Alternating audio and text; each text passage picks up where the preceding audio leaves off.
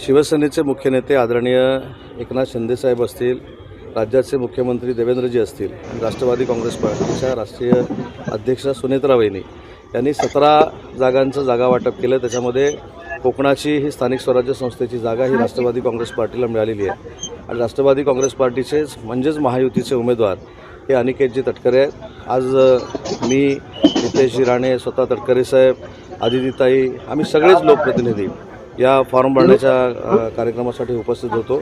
आमचा विजय महायुतीचा निश्चित आहे आणि महाराष्ट्रातल्या सगळ्यात जास्त मतानं ही महायुतीची जागा आम्ही जिंकू। एकीकडे ही स्थिती असताना महायुतीत बंडखोरी झालेली पाहायला मिळते, कारण तुमच्याच पक्षाचे आमदार महेंद्र दळवी यांच्या कन्येने देखील अपक्ष अर्ज भरलेला आहे। नाही, अर्ज भरलेला आहे, परंतु अर्ज मागे घेण्याची तारीख ही अजून 2-3 दिवस आहे। त्याच्यामुळे महायुतीमध्ये एकामेकाच्या समोर कोण उभे राहणार नाही त्याची दक्षता आम्ही नक्की घेऊ।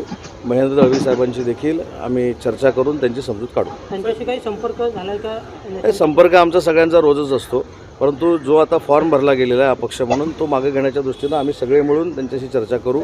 वेळ पडल्यास माननीय शिंदेसाहेब देखील त्यांच्याशी बोलतील।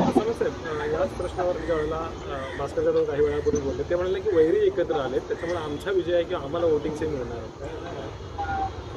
आधी 5 तारखेला फॉर्म टिकतो काय बघू आणि 22 तारखेला रिझल्ट नंतर विजय आमचाच आहे। कदाचित 5 तारखेला देखील होऊ शकतो, 5 तारखेला नाही झाला तर 22 तारखेला होऊ शकतो।